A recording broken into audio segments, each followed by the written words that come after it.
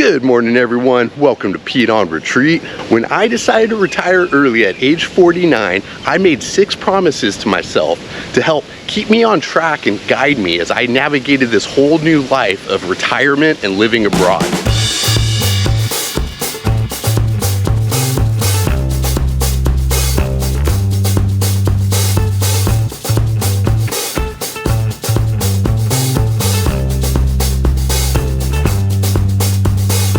I've mentioned in a few videos now that I've made some promises to myself when I decided to retire early. A couple viewers have asked me, hey Pete, what's up with these promises you keep talking about? These promises or deals that I made with myself are basically things that I wanted to commit to in order to keep my life on a positive track. It's kind of like an unwritten contract with myself. If I'm going to allow myself to sell everything I own and retire at 49, then there's some things that I gotta make sure I do in exchange for this privilege. I pretty much made 6 different promises to myself, and so far I've been keeping them all.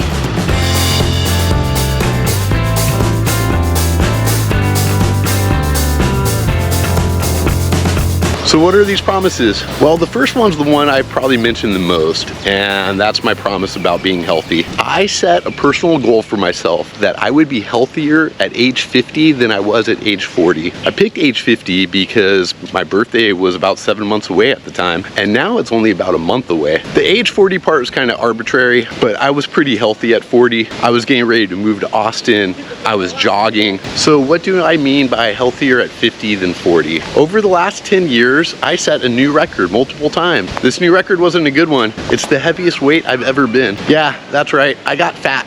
The last 6 months I spent in the States, I had cut back down on work, so I was only working 2 or 3 days a week, and I was regularly eating out at all my favorite restaurants that I was going to miss after I moved away.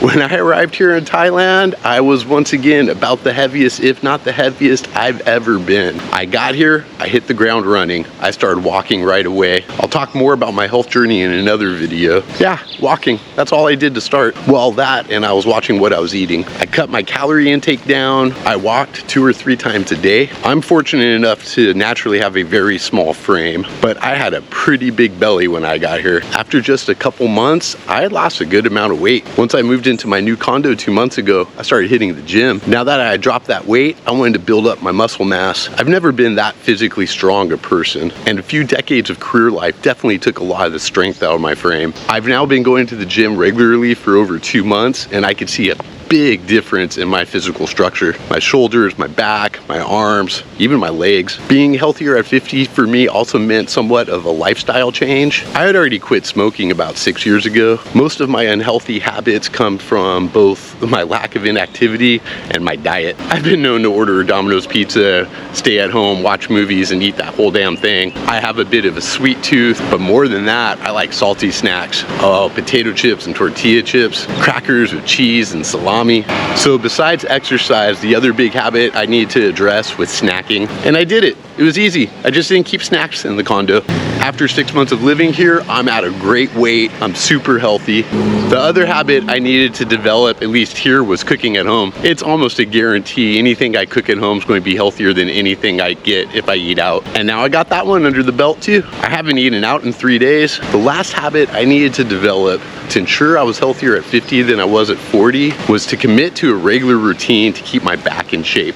I've had back issues for about 15 years now. When I do what I'm supposed to do, which is stretch every day, work on my core every day, do some yoga, then my back almost never ever becomes an issue. But I can be lazy, and when my back's happy, I tend to slack off on my exercises. I'll be honest, I'm still working on this last habit. I am not doing my exercises as regularly as I want to, but I'm starting to get rained on here, so I think I'll go home and stretch for a bit.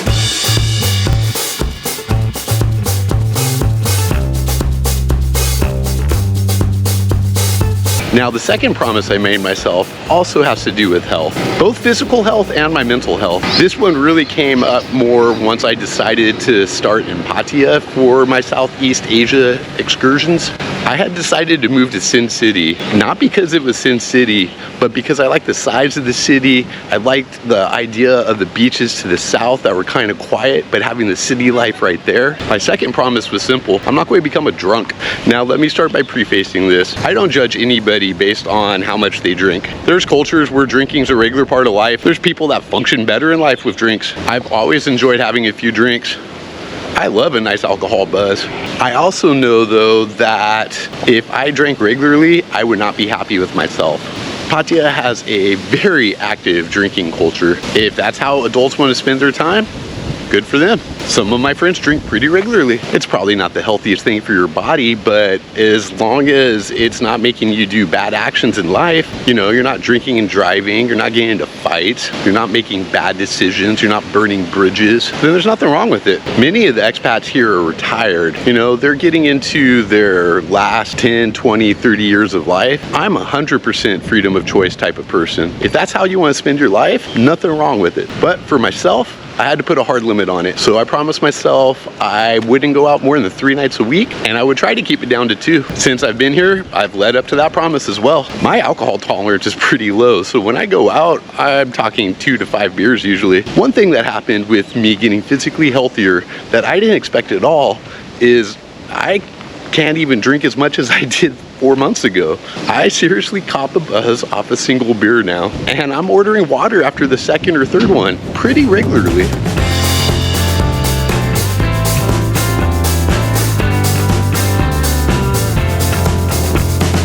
My next promise is I promised myself I would take at least 6 months of classes to learn any language for a country that I'm spending more than a year in.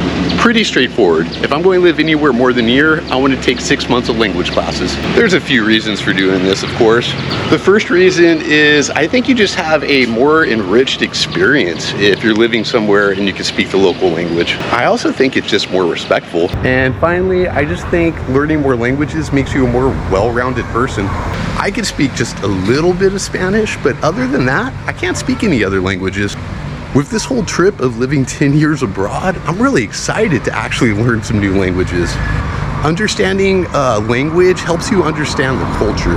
It helps you understand how the people process thought, how they see the world.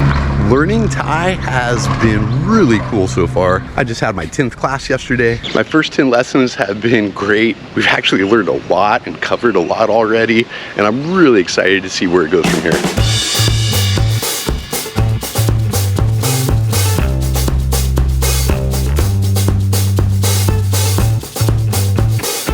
My next self-promise has to do with me being kind of a creature of comfort. I can definitely be lazy at times, and as I've said on this channel multiple times, I'm a horrible procrastinator. Correction, I'm a great procrastinator. There's nothing I can't put off until tomorrow that I should be doing today. So how does that affect me moving to Thailand? One of the main reasons I moved here was so I could travel and see Southeast Asia. Knowing that I'm somewhat of a procrastinator and definitely a creature of habit, I was concerned that if I just got into a normal lifestyle here, I wouldn't push myself to actually leave the country much. So I made myself a promise. I promised myself that every year I live abroad, I would go visit at least 4 other countries, not including the one I live in. This year, I've gone to Laos and Cambodia. I'm going to Japan in less than a month, and I'll be going to Europe, probably a couple countries in September. Next year, I'm planning on just doing more of Southeast Asia. I'm going to go to Vietnam, the Philippines, Malaysia, and Singapore. It's possible I might even do a trip back to the States, but I'm trying to hold off until 2025 for that.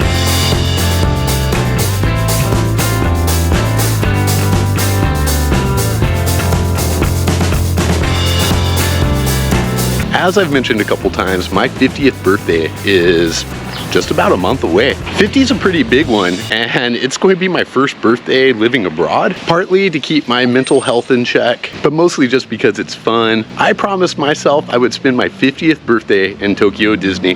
Regular viewers of my channel know I'm a nerd. I'm not trying to hide it. I'm proud of it. I grew up around the Disneyland park. Just being in any of the Disney parks, even if it's a new one, evokes great memories in me. I I remember those surprise trips when I was a kid. Grandma would just pick me up and take me. I remember as I got older, the joy I would have in bringing younger people there.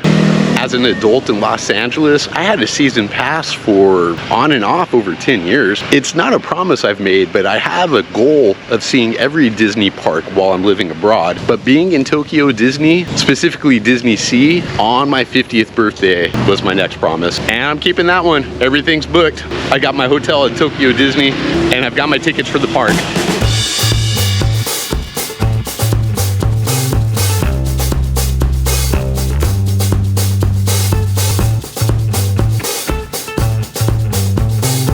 This last promise also ties into my own mental health. In my last video, I said, boredom does not breed happiness. And that's absolutely true. I also said that I haven't been bored yet, but my last promise is if I get bored, I would set new goals for myself. I would learn new skills, most likely something that would help me generate some revenue. So not only would I become a more well-rounded person with additional skills in my tool set, I could also feel good about myself by being productive and making some money. Dungeons and Dragons has been a big part of my life over the last several years. There's several ways within the hobby that independent creators could make some money. There's also all kinds of ways that people can make money through YouTube, and there's many ways of making money through other creative endeavors. Having something that gives me a creative outlet is always important. When I was younger, I used to sketch and draw. Then I started playing music. Throughout my couple decades of playing music, I almost solely only played in original music bands. I just love the cooperative, creative process. It's one of the big reasons I love playing Dungeons and Dragons. I run games, I build my own world,